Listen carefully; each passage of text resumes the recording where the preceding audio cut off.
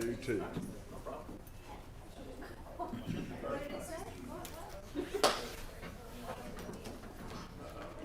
I think they moved it over here. You got the leaning chair? Yeah, I got the leaning chair.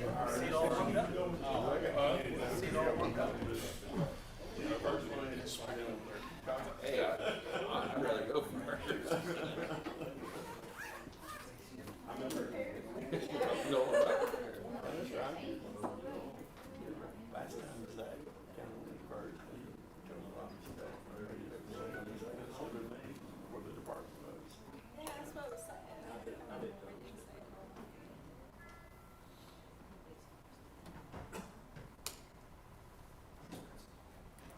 I'm gonna call this meeting of the Sweetwater City Council to order.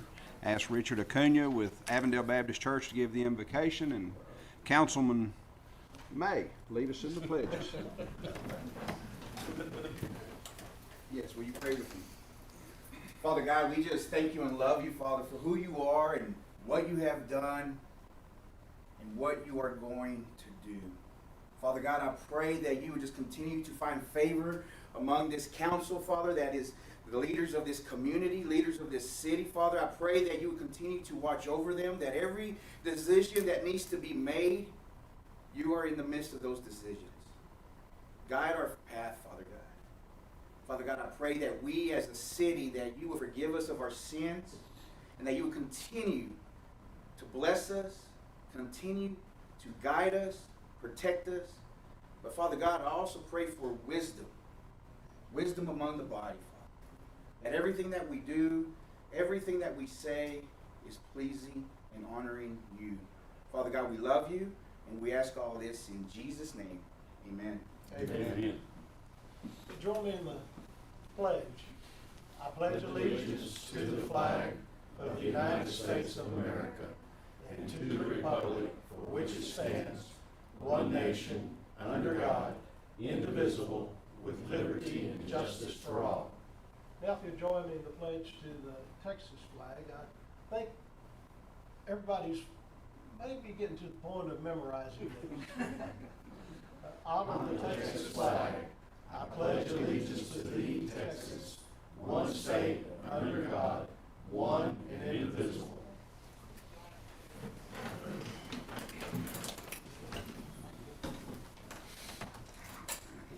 All right, we'll now move to item 4, which is discuss, consider, and act upon approval of minutes for meeting held on April 13th, 2021. Move to be approved. I second the motion. All in favor? Aye. Motion carried and approved. Okay, we're going to move to item 5, calls for public input. Is there anyone who wishes to speak? Do we have any callers who wish to comment or emails that need to be read? Okay. All right, we'll now move to item 6A, which is discuss, consider, and act upon a resolution canvassing the May 1st, 2021 special bond election results. Any questions, Patty? Would you call out the results?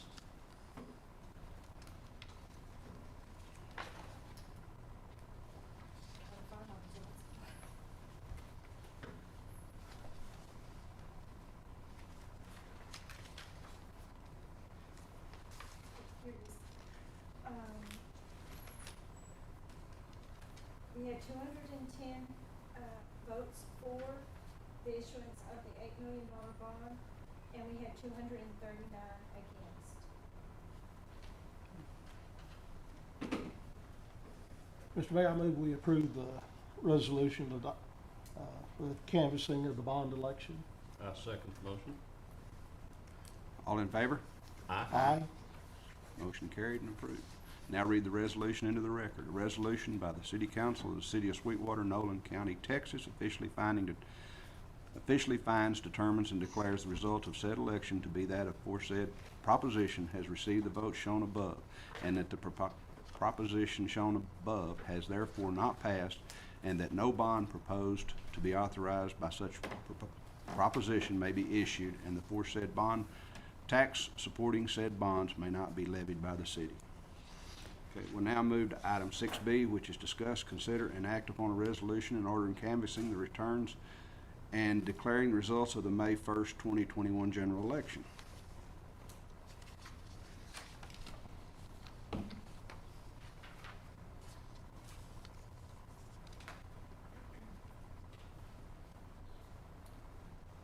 you want me to read those? Yes.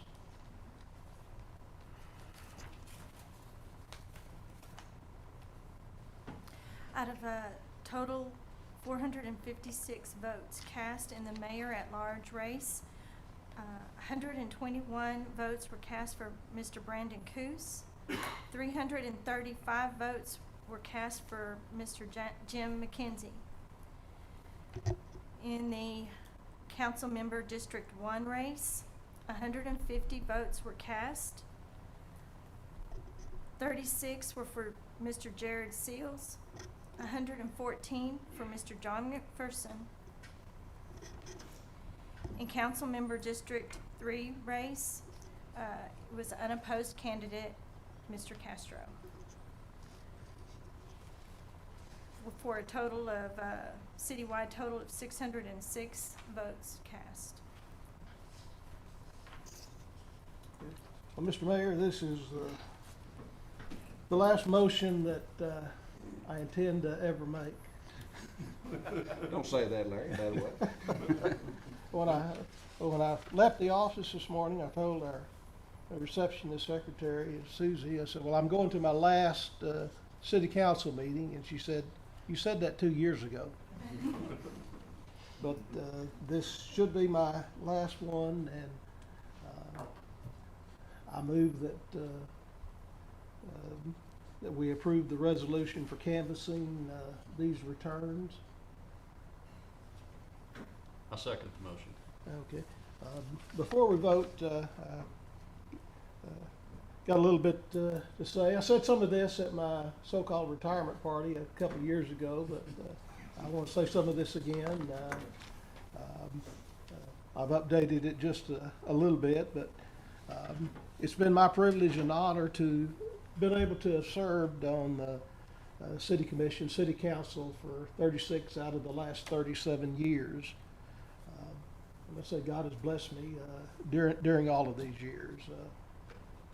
I always joke that when I was first elected, I was still in my 20s and had a full head of hair. It's gone now, but John, I still remember the words of Charles Griggs. I don't know if you ever knew him, but he was a renowned attorney, and he was a city attorney. After I was first elected, he called to congratulate me, and he gave me some advice. He said, well, you make $15 a month and all the enemies you want to create. Well, I'm sure I've created a few enemies along the way, but that's more than outweighed by the number of friends I've made being on the city commission, city council. But over these last 37 years, I've served with 7 mayors, 10 other commissioners and councilmen, 4 city managers, 3 city attorneys, 7 city comptrollers, 3 police chiefs, 2 fire chiefs, 4 water department heads, and 4 city service directors, and numerous other good city employees. And in addition, I'm proud to say that the city has a good working relationship with the county, school, and hospital districts.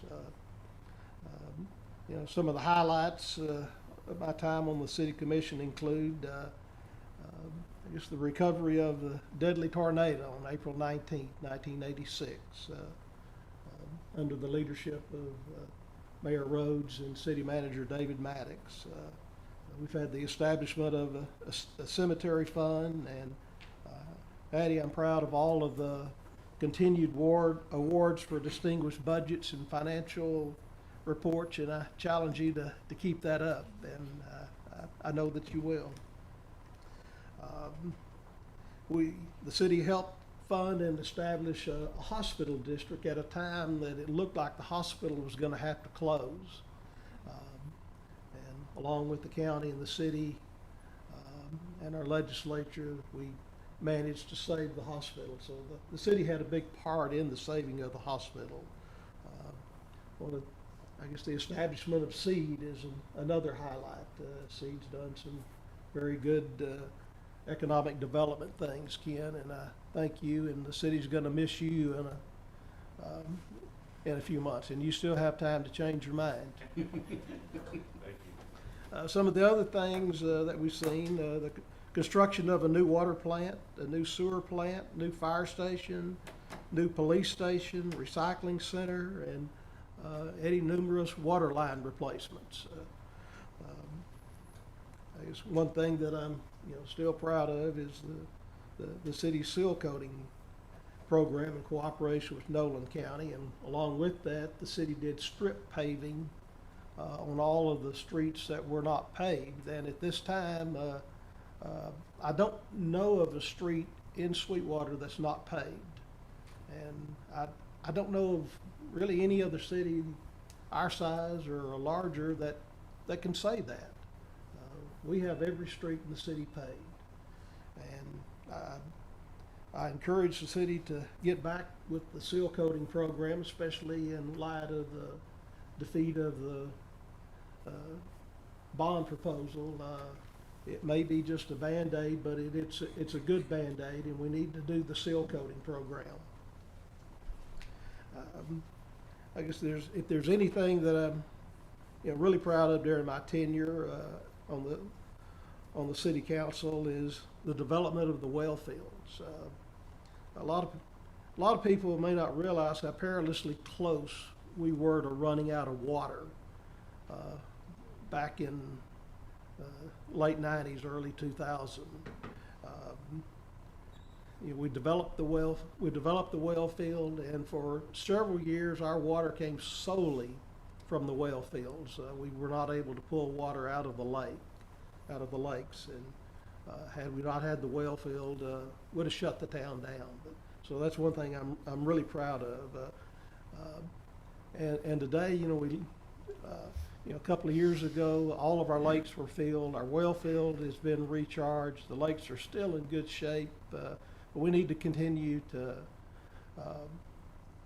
give God prayer and thanks for answering our prayers for filling up the lakes. And we need to continue to pray that God will bless our land, and that our lakes will continue to be refilled with water. Then I got something to say to you, John. As you're sworn in, I want to challenge you to serve with honesty, knowledge of what's going on, and objectivity to the needs of the city of Sweetwater. I challenge you to always vote for what is best for the citizens of our town, and don't be afraid or shy to take a position contrary to the other city council members. If you're the only no vote against something, don't worry about it. Vote what you think is best for the city. And remember, if you're that Lone Ranger, these guys up here are your colleagues and friends. They're not your enemies. So don't take anything personal about any votes that you may take. And to the other members of this council, city staff, I challenge you to do the same thing. Always do what's right for the city of Sweetwater, what's best. And, do whatever you can to keep the city strong. And I know that you're going to do that. And I thank all of you for the good work that you've done. We've got a good city manager. We've got good department heads, fire chief, police chief. Brian, I appreciate all the things that you've done. And it's wonderful to see the police department once again working with the sheriff's department and the DPS and doing things. That hasn't always been the case, but thank you for bringing those agencies together. Once again, I want to thank you for the honor and privilege of being able to serve Sweetwater as a city commissioner, as a city councilman, and I don't think I'll ever be up here again, but I'm available. Thank you.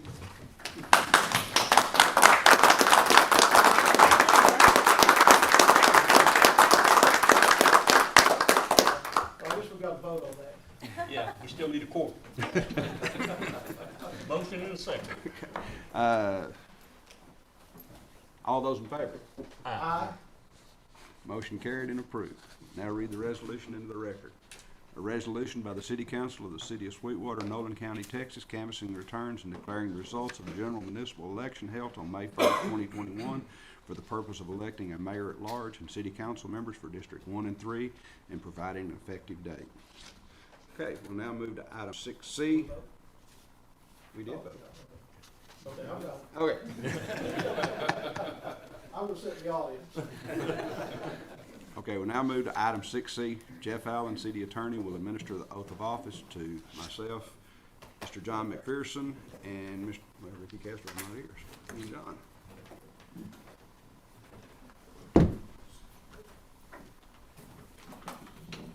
Mr. Mayor, we'll do you first, and then we'll do the second.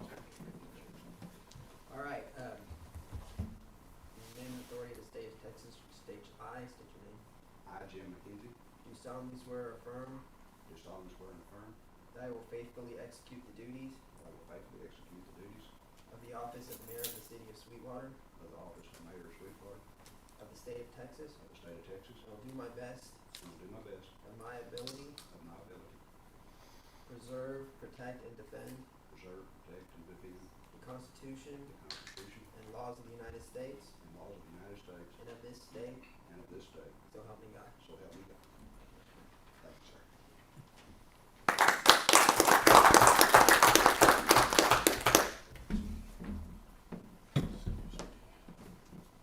Right. In the name and by the authority of the state of Texas, state your name. I I, John McPherson, do solemnly swear or affirm do solemnly swear or affirm that I will faithfully execute the duties that I will faithfully execute the duties of the office of city council member of the office of city council member of the city of Sweetwater of the city of Sweetwater of the state of Texas, of the state of Texas, and will to the best of my abilities preserve, protect, and defend and will to the best of my abilities preserve, protect, and defend the Constitution and laws of the United States the Constitution and laws of the United States and of the state, and of the state, so help me God. so help me God. Thank you.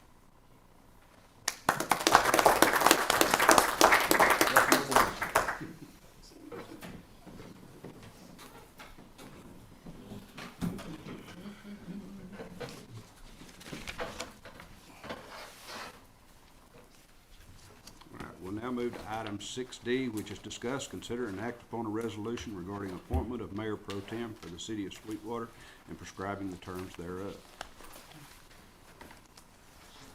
And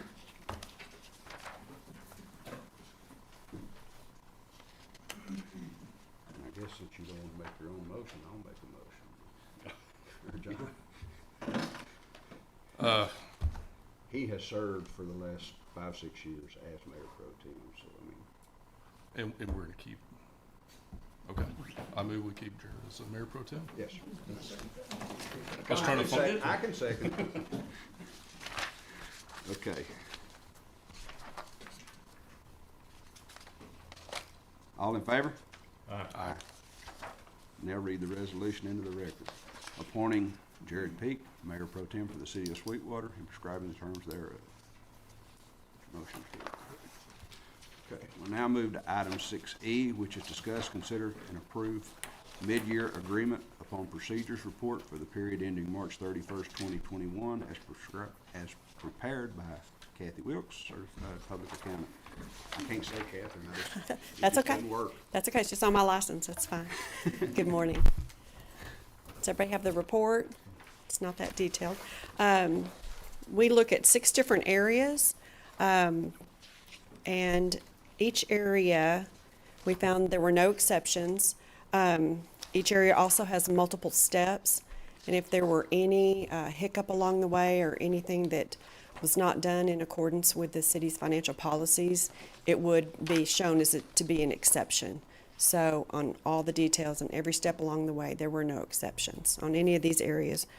I'd be happy to answer any questions if you would like more information.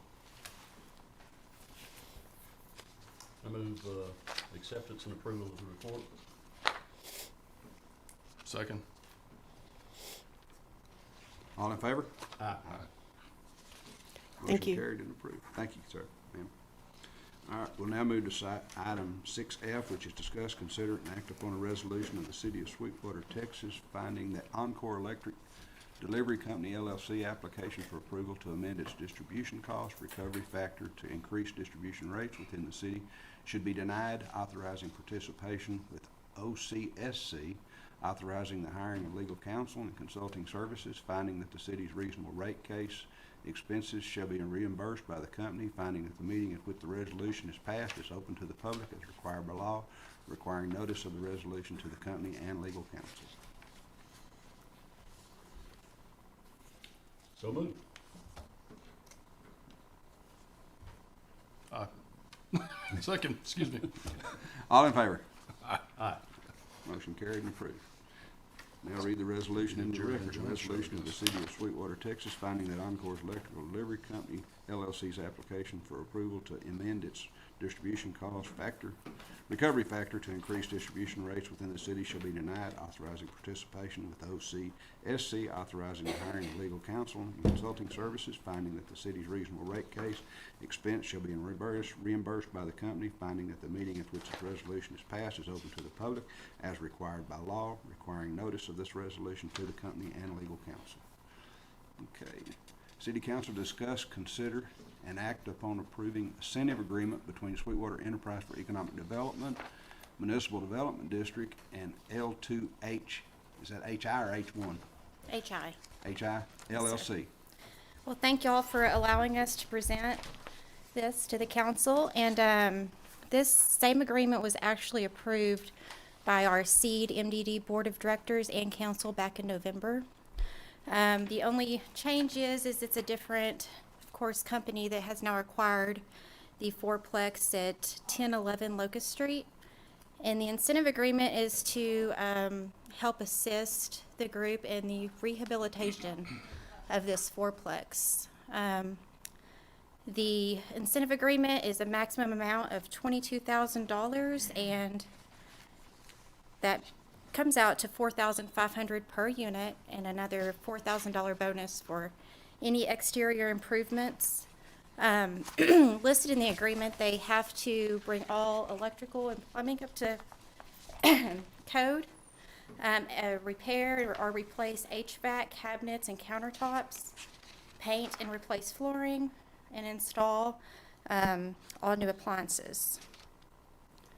So unless there are any questions, and just another update, the Oaks Apartments, the current apartment complex that we are incentivizing, they are projected to be 100% occupied by the month of August. So we need more. Any questions?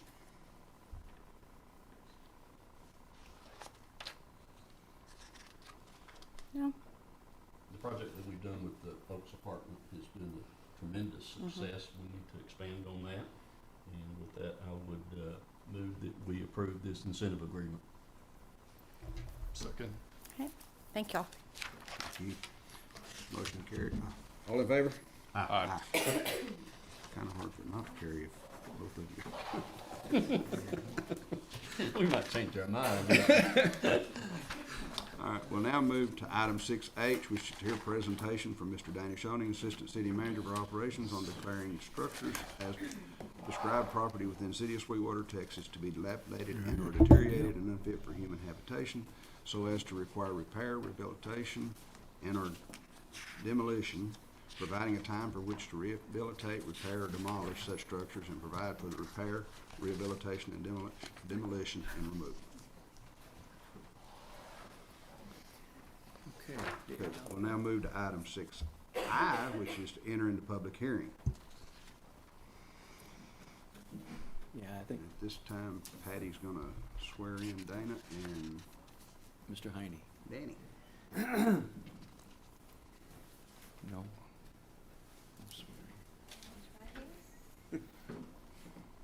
solemnly swear or affirm that the testimony that you are about to give in the matter pending before the city council is the truth, the whole truth, and nothing but the truth, so help you God? I do. I do. Okay. Okay. Do we have a motion to open the public hearing? So moved. All right. Second. Second, I'm sorry. All in favor? He's gonna Aye. put that up. Okay. Public hearing is open. Okay. You want to start with, is there anybody who wants to speak on it, or are you going to go ahead? I'll and- just go ahead and, Okay, and go ahead. present. And so what we have before you, Mayor and Council, this morning are 9 structures that we would ask for your consideration for declaration of substandard structure. And Danny Heine, who's our building inspector, has been very involved in identifying these structures, has sent out notifications to the property owners per city code to advise them of some deficiencies that we see as part of this.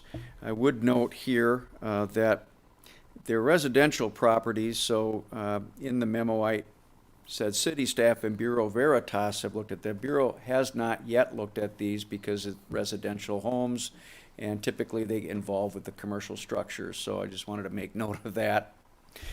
I'm going to go down the list, but basically here we are on May 11th, and you're asked to consider to act to declare these structures as dangerous and unfit for human habitation. And then as part of this process, there's an order for abatement and a timeline associated with that for the property owner to bring the structures up to a code level. On all of the structures here, we have 35 days that the property owner would have to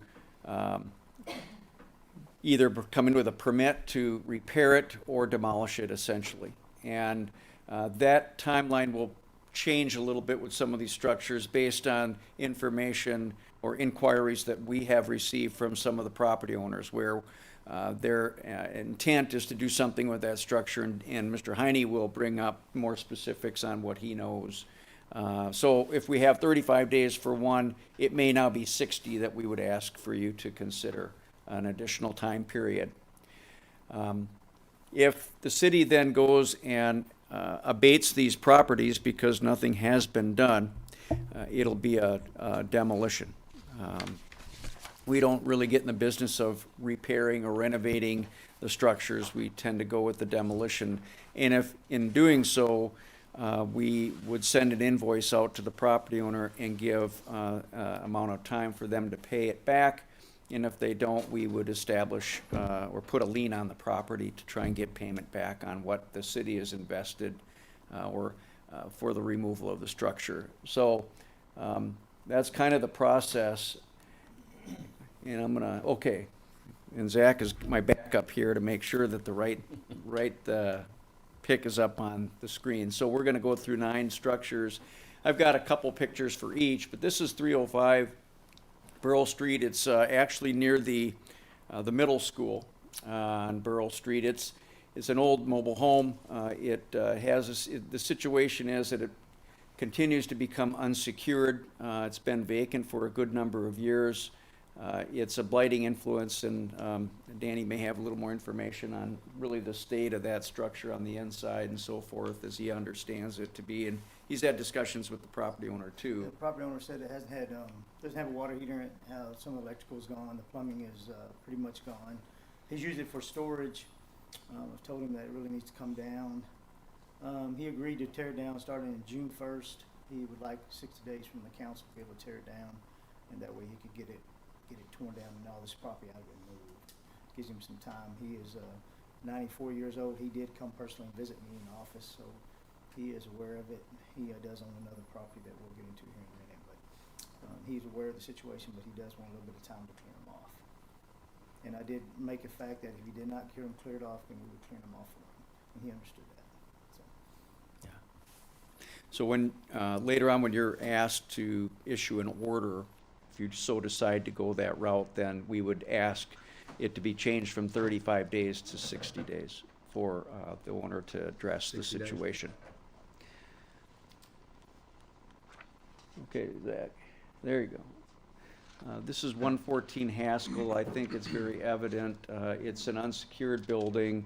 It's actually crumbling, as you can see here. And what we get into these structures is, because they're unsecured, you won't see any wiring, you won't see any plumbing. It's been essentially all removed, and that's unfortunate, but that's what happens, and they believe that's what happened here. But you can see the rot on the outside. The foundation's in bad shape. It's a situation also where you don't want anybody on that property because they could get hurt, and it's a definite liability to the property owner. And so we're asking for this one to be addressed to, most likely through a demolition. I don't think there's anything that you can do here. All the trades work or the utilities are in bad shape here on this structure. I don't know if This there's one, that was owned by a property owner out of town. He never responded. I did get in touch with the person that's so-called sort of buying the property. She stays there. Her son is one that the police department's been looking for, so he's been staying there, sort of a hangout for thugs and some drug addicts. So, city has cleaned that property, scraped that whole property around it, but as you can tell, debris done been developing out in front of it again. So it's just one of those structures that on the side of it, the foundation's rotted out and it's leaning. So it's one of those that we really need to get rid of, just for the plight and also the drug activity around it.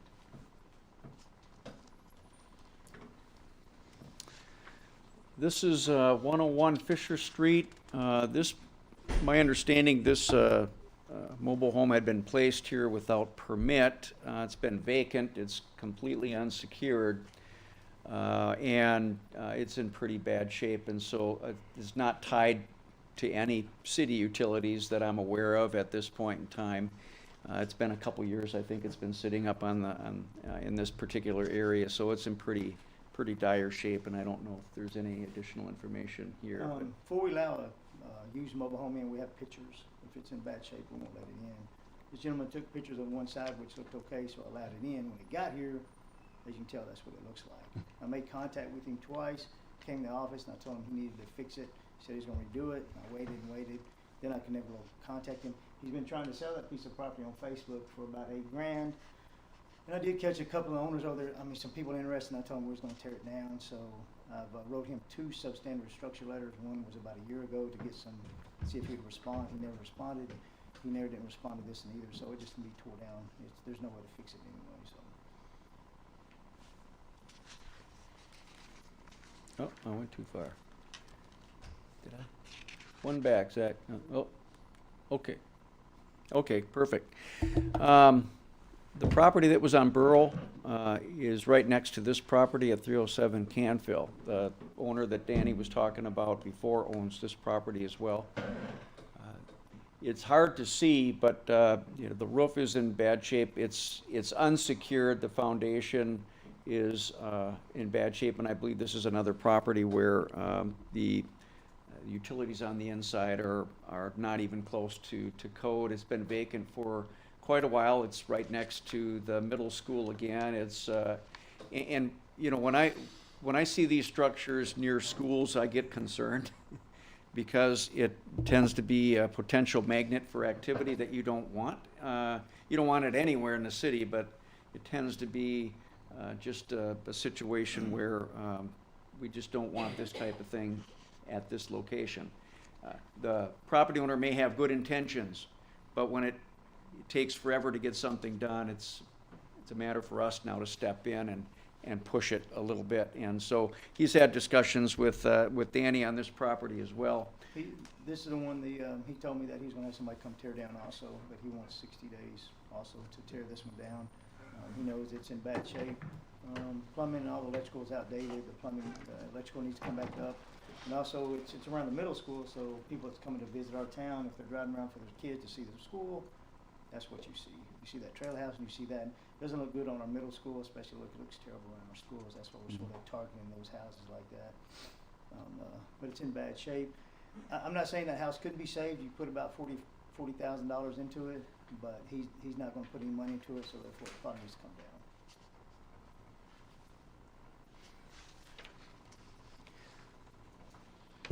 Another property, 1507 Pecan. From the outside, really, it's hard to tell from these pictures, but there's rot, there's, again, a situation where you can see the board, so it's pretty much been cleared out from a copper wiring, plumbing, and that type of thing. The foundation is in bad shape. Also, you can see that it's just not real level.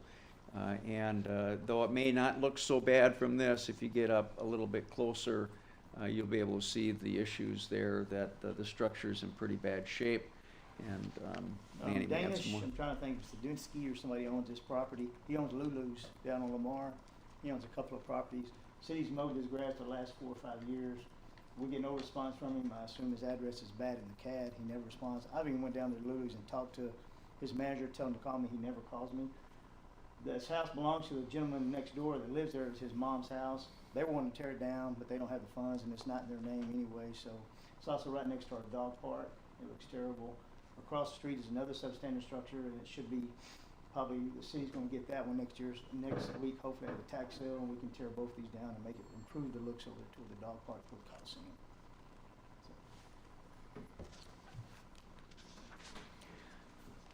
This is a structure, we've had, Danny's had discussions with the property owner, 511 East 12th. I think we may all know where this is. It's right next to the high school, right across the street.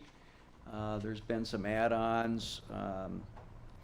There has been not a whole lot done to this structure. It's primarily for storage. I think the intent here is to notify the property owner that the structure is moving in the wrong direction and it's not moving in the direction that it could, okay? I mean,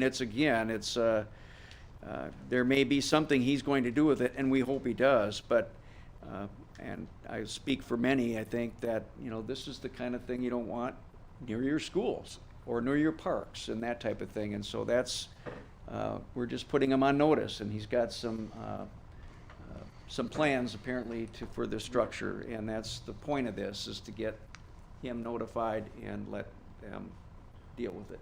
Leo Roscoe owns this property. I met with him last week. We walked through it. He got COVID. He almost died from COVID. So he's still weak from COVID. He's got about, now the price of lumber, he's got about 10 grand of lumber sitting inside there. He was going to fix it up.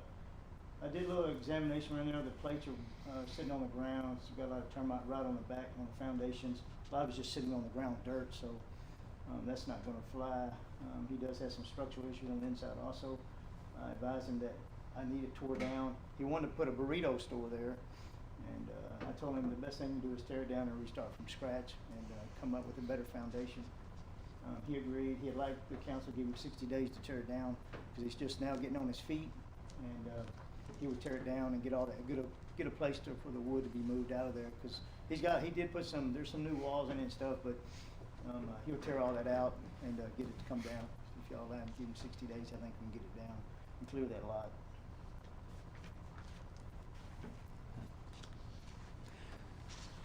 I think we're all familiar with this structure too. Again, it's near our high school, 704 East 12th Street. It's a historic structure. Obviously, you can take a look at it, and it doesn't look so bad from the front. It's been vacant for a long time. If you now go and take a look from the back, you can see the damage. It's been unsecured, cleaned out. It would really be nice if somebody could take this on, but nobody's come forward to take this type of structure on. We certainly wouldn't do it at the city level, but honestly, so we have it up for the 35-day, bring it up. We haven't, I don't think, had any contact with the property owner here.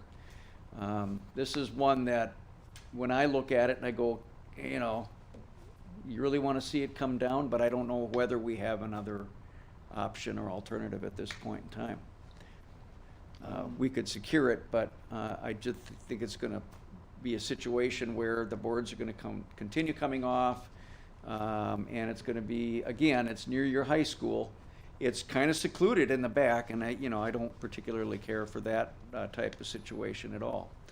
So anyway, I don't know if we've had. I lost touch with the owner of this, Mary. I tried to find her. She didn't live at the old address. She worked at Walmart. I couldn't find her. Structure looks good from the front, but the back on the sides of the wall, the brick is separating from the walls. It's starting to lean and crack outward, so there's some structural issues. You walk to the alley in the back, the front, the roof is rotted and caved in, so I'm sure the floor inside the back door is rotted also. It has a lot of structure. There's a couple of structures in the back that are sitting on the ground and they're leaning. The city has a couple liens on this property because she don't take care of it. We send her letters every year to mow that. So it's just been sort of an eyesore for the last 4 to 5 years and taking up a lot of our time. It just needs to be cleared off. I don't think you can save it actually because of the roof. It's a flat roof. It's just weird. It's a flat roof. It's a flat roof, and a lot of it's, you can tell from the windows and get to the side of it, you can see sheetrock and insulation hanging from some of the rooms. So the roof is shot, and it's been leaking for years. The floor is shot, and the foundation shot. So I think it just needs to come down. You need to clear this and the rest of the buildings, the Yes. whole lot? When we do a Demolition. we clear everything off lot. It don't have it's just the whole lot, whether what's on it.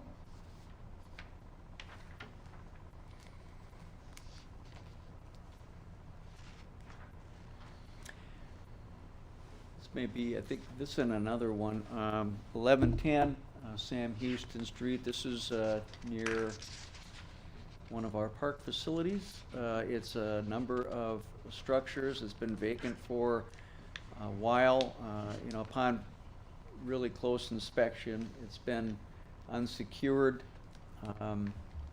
It's blighting influence, the inside, the same type of thing with the utilities pretty much in bad shape, not even close to being up to any kind of code level.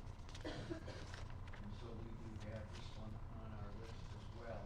Follows along with structures near the schools, structures near the parks, and this is right next to park. It's also on our, one of our main thoroughfares coming through town from Sam Houston. I walked through the structure years ago with a different owner. They gutted it, and was gonna put new windows in it, but it had a lot of termite. I don't even know why they were fixing it up.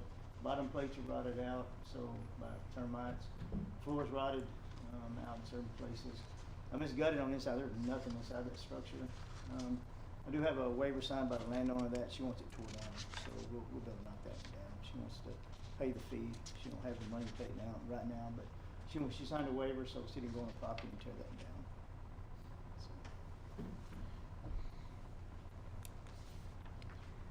706 Robert Lee Street, completely unsecured structure, really same situation as the others.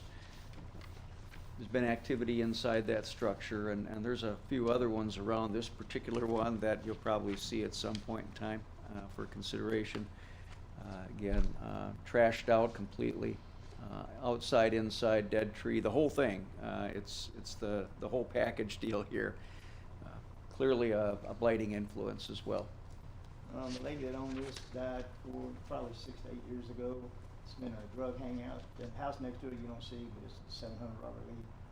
We've had a lot of activity. All the doors and windows are kicked in.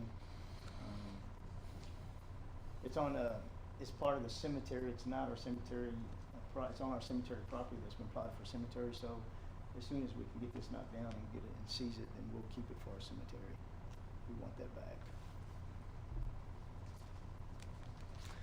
That concludes the 9 structures at this point for presentation. I just want to reiterate the fact that these structures have been vacant for a while, and they're in locations where they have an effect on property values of those that maintain their properties around them.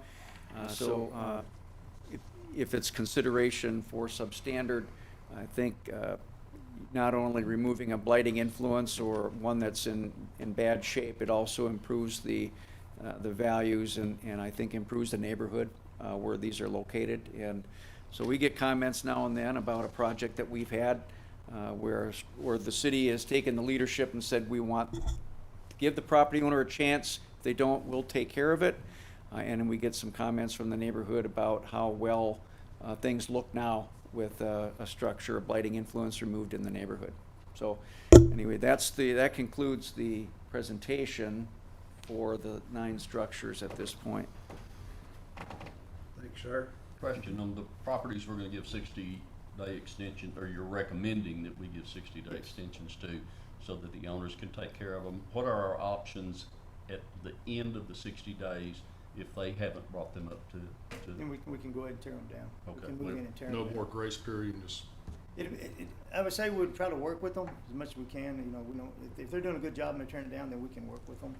If they've got the roof off and it's been 2 months, or if they've got a half a wall down, it's pretty obvious we're not gonna wait for 2 years for them to tear it down. We're gonna assist them. And I told Mr. Ballard that. I said, we're not gonna wait for a year and a half for you to tear that structure down. You know, it's a bad influence. It looks terrible, and it's a hangout for all the kids to go across and break into. So, some of those, they're aware that if they don't get it tore down in a reasonable amount of time, which that's a big house. That's a huge house. So, but we're not gonna wait the city's not gonna wait all day to tear it down. So the idea behind that is they have to come in and get a permit. If they get a permit, then we know that they're at least initially serious about doing something with that property. And so if they don't follow through with that, you know, they're given a certain amount of time. You know, things happen, weather, certain, you know, things happen, but at the end of the day, if it's not taken care of, then it'll be a demolition, because we won't go in there and renovate it. I want to say something here.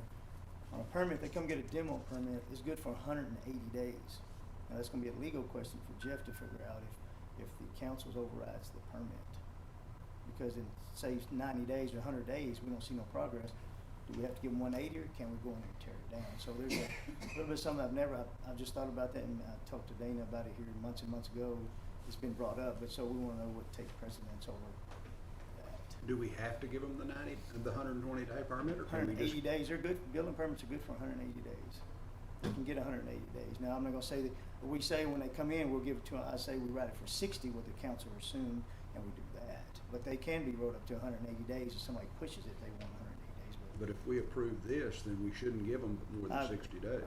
on the permit. Yeah, my thought is that whatever your order is, That's what we you give them to. supersede, and I think the 188 days is not written anywhere in a policy manual. It's not an ordinance, it's just something that is allowed, has been for a long time. I don't think it's written anywhere that it's 180, it's just typical that amount of time.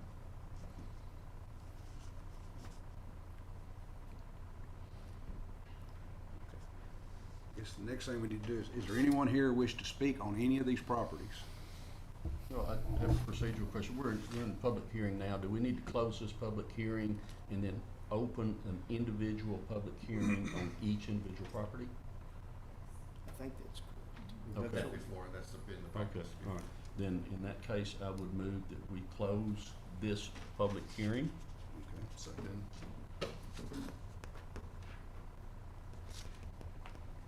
All in favor? Aye. Okay. Now I will move that we go into public hearing to make a decision on the Burl Street property. Second. All in favor?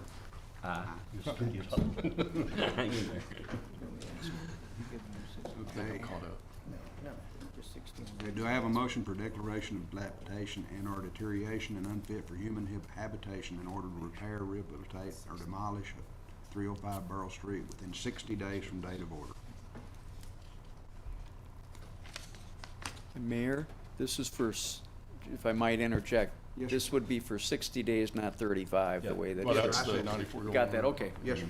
Just one, I marked both Double of check, them. okay. I marked. So moved. Second.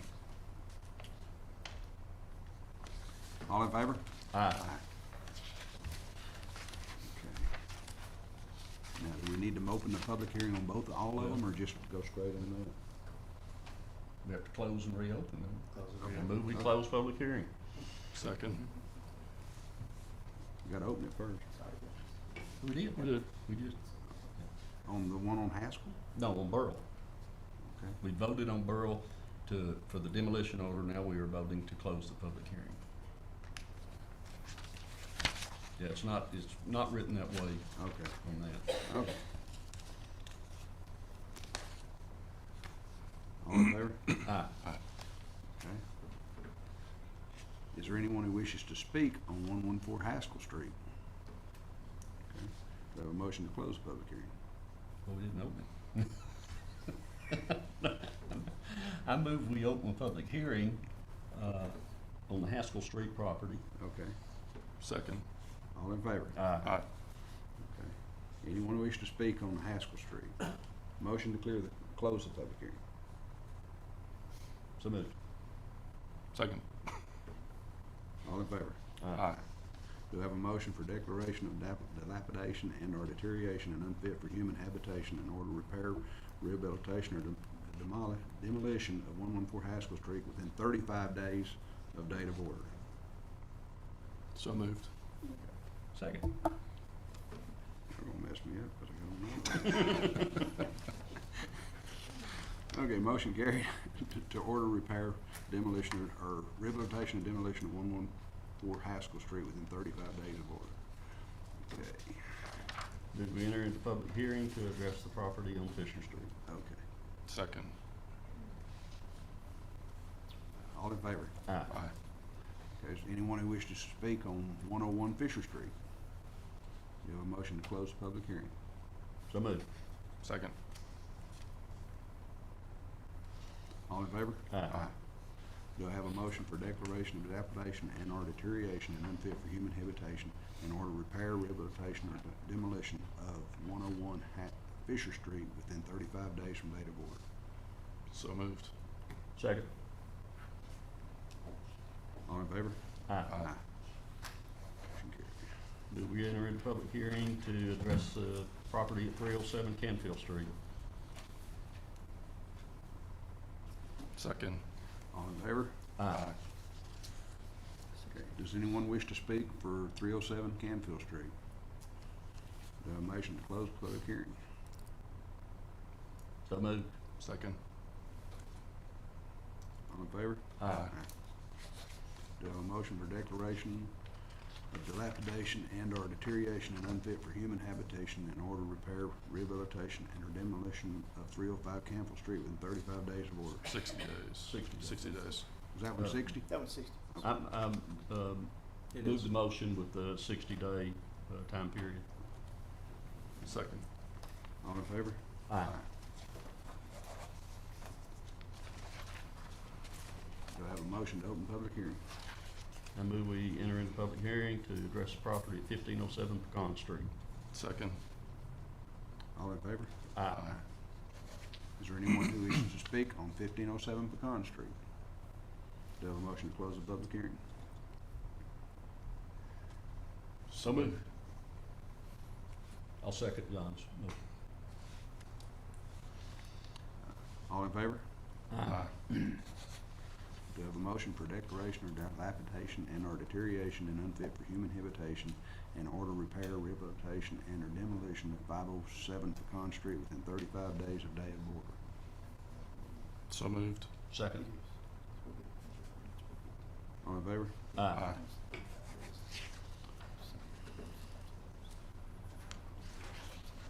Do I have a motion to open public hearing? Move we enter into public hearing to address property at 511 East 12th Street. Second. All in favor? Aye. Is there anyone who wishes to speak regarding 511 East 12th Street? Move to close public hearing. Second. All in favor? Aye. Do I have a motion for declaration of dilapidation and/or deterioration and unfit for human habitation in order to repair, rehabilitation, or demolition of 511 East 12th Street within, is this one 60 days from date of order? So moved. Second. All in favor? Aye. Move we enter into public hearing to address property at 704 East 12th Street. Second. All in favor? Aye. Is there anyone who wishes to speak regarding 704 East 12th Street? Do I have a motion to close the public hearing? So moved. Second.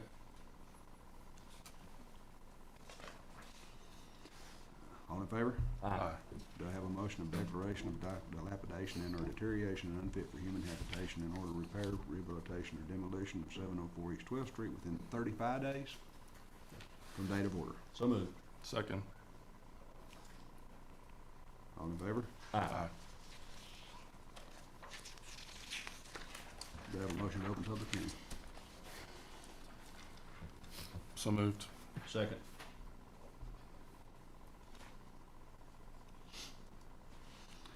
Anyone who wishes to speak regarding 1110 Sam Houston Street?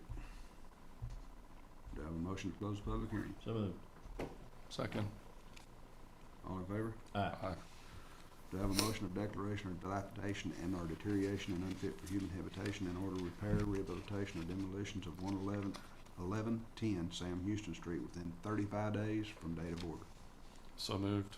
Second. All in favor? Aye. Motion to open public hearing. So moved to address the property at 706 Robert Lee Street. Second. All in favor?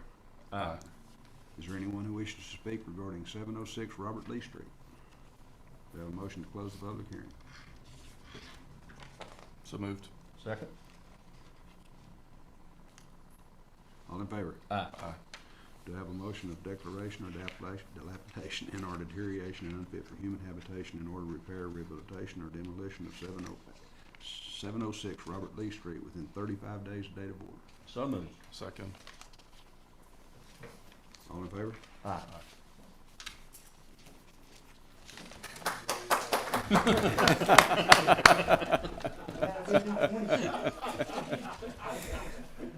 Thank you so much. We appreciate you considering these. I know that you need to have a public hearing for each one because it's so procedural in state law and city code. So we thank you for your time and patience, yours as well. So thank you. And I want to thank you for the opportunity to break in our new council member up here. City manager's report. Yes, sir. The fire department Skeeter brush truck, I don't have a picture of it again because we've got the actual truck out here just on the other side of this wall. And so we'll have that available, Grant, this morning for everybody to go play around in, climb up on. I don't know if we can let y'all drive it, but we can talk about that. Grant says it's okay. So we'll go ahead and open that up after this meeting, immediately after this meeting. The employee family picnic, I think this is probably the first one that we've ever had as far as a springtime, beginning of the summer type of family picnic where we can get together as employees and our families, come together and break bread and play around at the splash pad. The splash pad will be open for city employees and their families on that day, open to the public on Sunday, May 16th, beginning.